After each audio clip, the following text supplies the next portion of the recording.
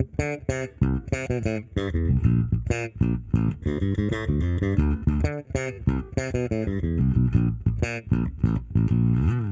again, Mark here from Talkingbass. This week sees the release of the awesome new Red Hot Chilli Peppers album, Unlimited Love, and one of the most obvious standout bass riffs can be heard on the tune Aquatic Mouth Dance. So let's have a look at that cool bass intro and I'll give you some tips on getting it down under the fingers. As always, be sure to subscribe to the channel and hit that notification bell. As most of you know, I release video lessons every week and there are over 500 lessons already here ready for you to plow through. Also, leave me a comment and let me know what other Flea bass grooves that you'd like me to cover. I've already done a bunch, so be sure to check those out too, but also let me know what others you'd like to see in the future. Okay, so the bass riff intro on Aquatic Mouth Dance is around 100 beats per minute and it sounds like this.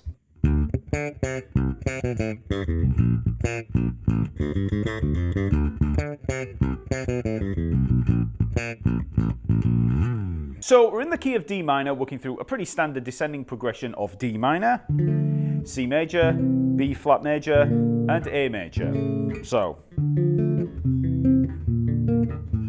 And the first bar sounds like this. So we're working through that D minor and the C major. So we begin with the D, 5th fret of the A string. Then we've got a ghost note, which you can either play on the D string or the G string, or you could even play it on the A string. It doesn't really matter. So I'm playing it on the G string there. To get a ghost note, you just lay the fingers lightly over the strings. So then we hit that top D there at the 7th fret of the G string. So then we come down to the C, 5th fret of the G string. So that's your first part there. So that's over that D minor chord. So we've got the D, octave, and then the 7th. Next we move to the C major chord and have, so we've got the low C there, 3rd fret of the A string, and then we jump up.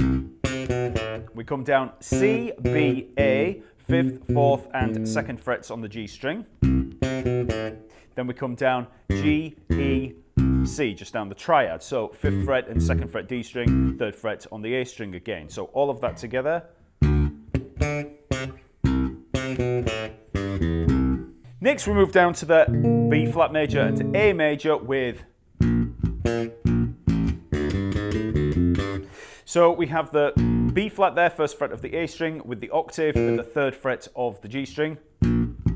So we've got a little ghost note in between those as well. I'm just playing the ghost note there on the A string. Then we drop down to the open A. And then we have this little run of, so we have the open D string there. Then we come up the G, G sharp and A, 5th, 6th and 7th frets. Then open D again and F, G, 3rd and 5th frets. So then we're back to the D at the 5th fret of the A string. So all of that bar together. So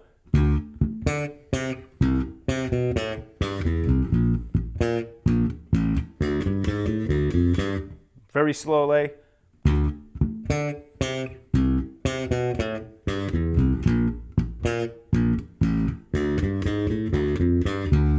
Next we work through the same progression again with the same start.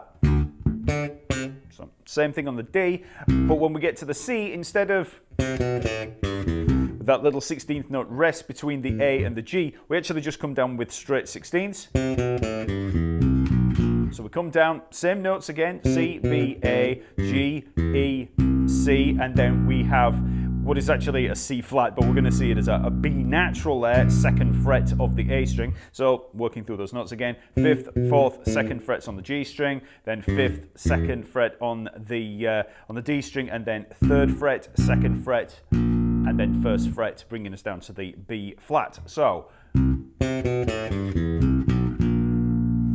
same thing again there with the octave down to the open A, and then we just come up to the B flat, 1st fret of the A string, and then slide up. Okay, so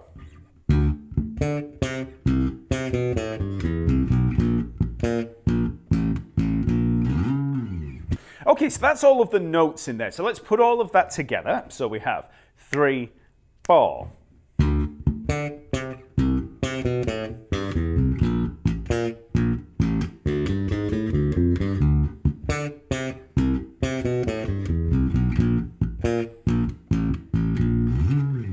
And then you can just build up speed.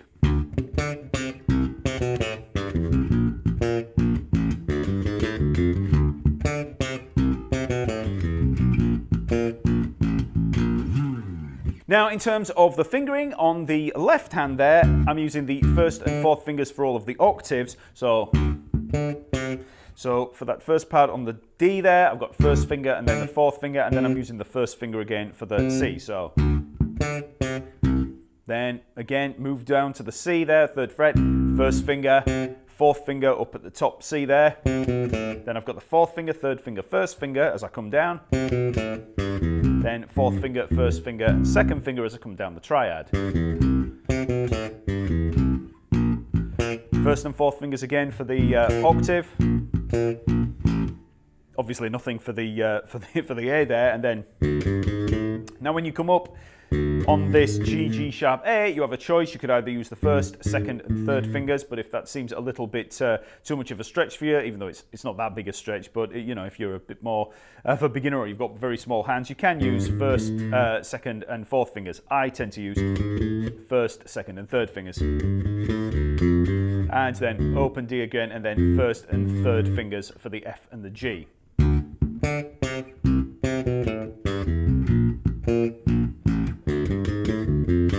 Obviously, the second bar is the same, but you might just need to have a look at,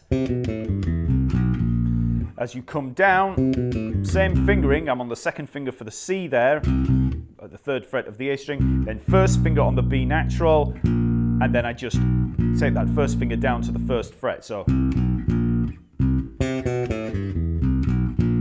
okay. In terms of the picking hand, obviously for most octave patterns, you're going to be playing 1st finger, 2nd finger. You know, the 2nd finger, the middle finger is going to be taking the high octave. But on this first octave, because we've got that little ghost note in there, you want to play 1st finger, index finger for the 1st note, and then 1st finger again for the ghost note, so that we hit that top D there with the 2nd finger. So, and then I'm playing with index finger for the C. So, then obviously move down to the C. You're starting with the 1st finger again. So, then 2nd finger as you play up on that C.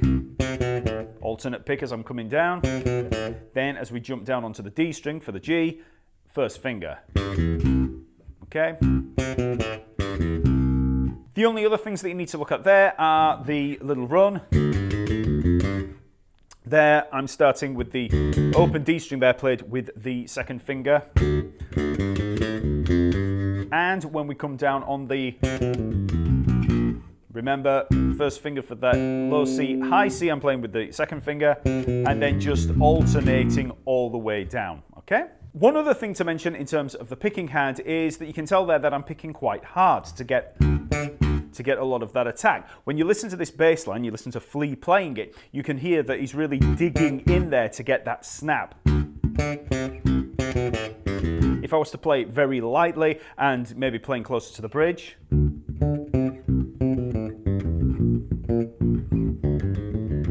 know, it's just not the same, but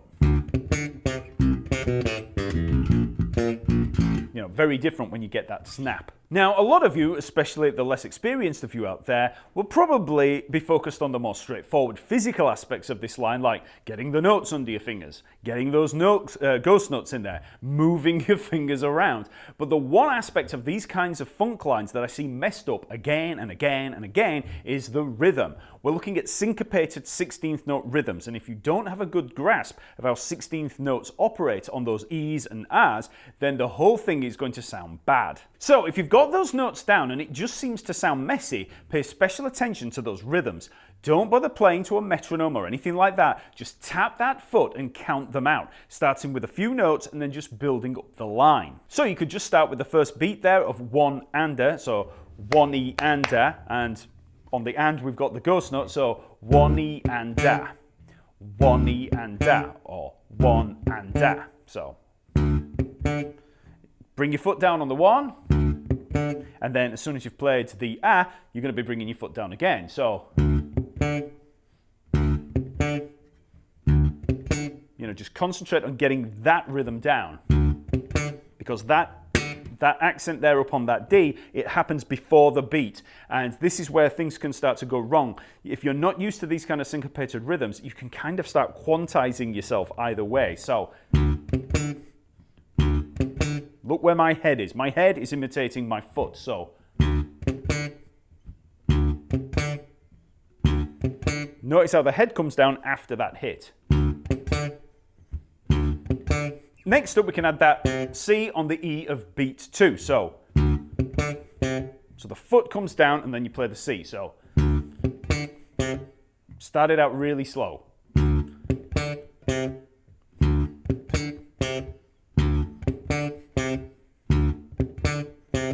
Keeping that foot consistent. Next, we can add the low C. So there we've got those consecutive syncopated or offbeat 16th notes. So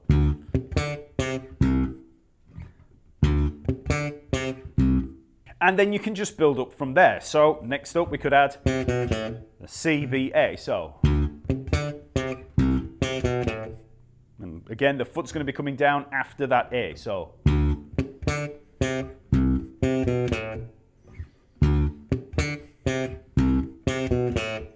and then we can add that descending triad.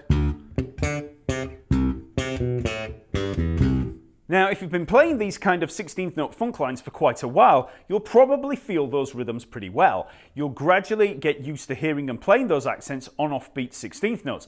But if you don't have a whole lot of playing experience, this is where studying rhythm, counting, and all of that stuff comes into play. There's a skill in being able to tap a steady quarter note pulse in the foot and place notes or claps on any subdivisions of the beat. Accuracy in understanding 16th note rhythms will make a massive difference to your playing. Okay, so remember the lesson material is all there over at the Talkingbass website. Also remember to sign up for free to gain access to a massive community of like-minded bass players and a ton of bass practice resources and downloads. Okay, I'll see you next week.